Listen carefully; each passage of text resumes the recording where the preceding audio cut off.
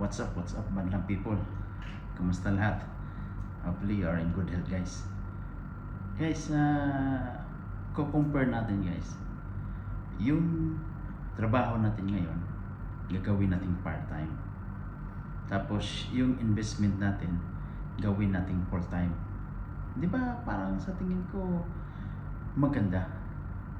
Kumbaga, nagtatrabaho ka, ngayon, nasa abroad, or nasa Pilipinas. Tapos, kumbaga, yung pagtatrabaho mo, hindi talaga ibibigay mo yung 100% sa trabaho. Kumbaga, parang part-time lang. Pag mawala ang trabaho, okay lang. Kasi meron naman akong full-time na income. Ano yung full-time na income? Di ba? So, I'm sure, kapag napakinggan mo at napanood mo yung mga video ko ng mga nakaraan, panoorin mo at ano yung ibig ko sabihin. Kumbaga yung pera natin ay gumagalaw at nagtrabaho para sa atin. Ang sarap kaya, no? Iniisip ko, ang sarap. Kumbaga yung pera, ini-invest ko at nagkaroon ng mga dividendo. At the same time, tumataas yung pera ko, sumasabay sa inflation. At meron akong natatanggap na dividendo every month or every quarter. Sarap ang feelings. Kaya sabi ko, sana noon ko pa ito na nalaman na ganito palang strategy.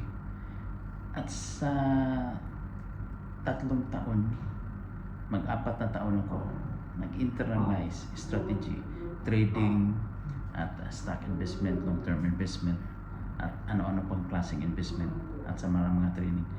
Ang grabe, dito ko na nalaman at kaya sinishare ko dito, guys, kung gaano ka fundamentals at pinakamahalaga na magkaroon ka ng investment, lalo na yung kumukuha ka ng dividendo. Kasi later on, yung dividend natin ay magkukompound. So, pasyal-pasyal ka lang sa Pilipinas, around the world, tapos ang ganda, no? Pag marami ka ng pera, no? Gumagalaw na yung pera mo. Tapos pag mag-retire ka, uwi ka na sa Pilipinas. Tapos yung anak mo rin natuto din sa investment at inumpisahan mo ng investment. Tapos nag-accumulate na yung pera, mga dividendo. Tapos sasabihan ka lang ng anak mo, ma, pa, saan ang gusto nyo? Pasyal. Around the Philippines, gusto niyo pumunta ng Europe, gusto mo pumunta ng US or sa Asia. Sarap ng feelings, no? Kasi bakit ko nasabi? Dahil ang laki ng opportunity ng income na makukuha mo, depende yan sa inumpisahan mong budget sa iyong investment.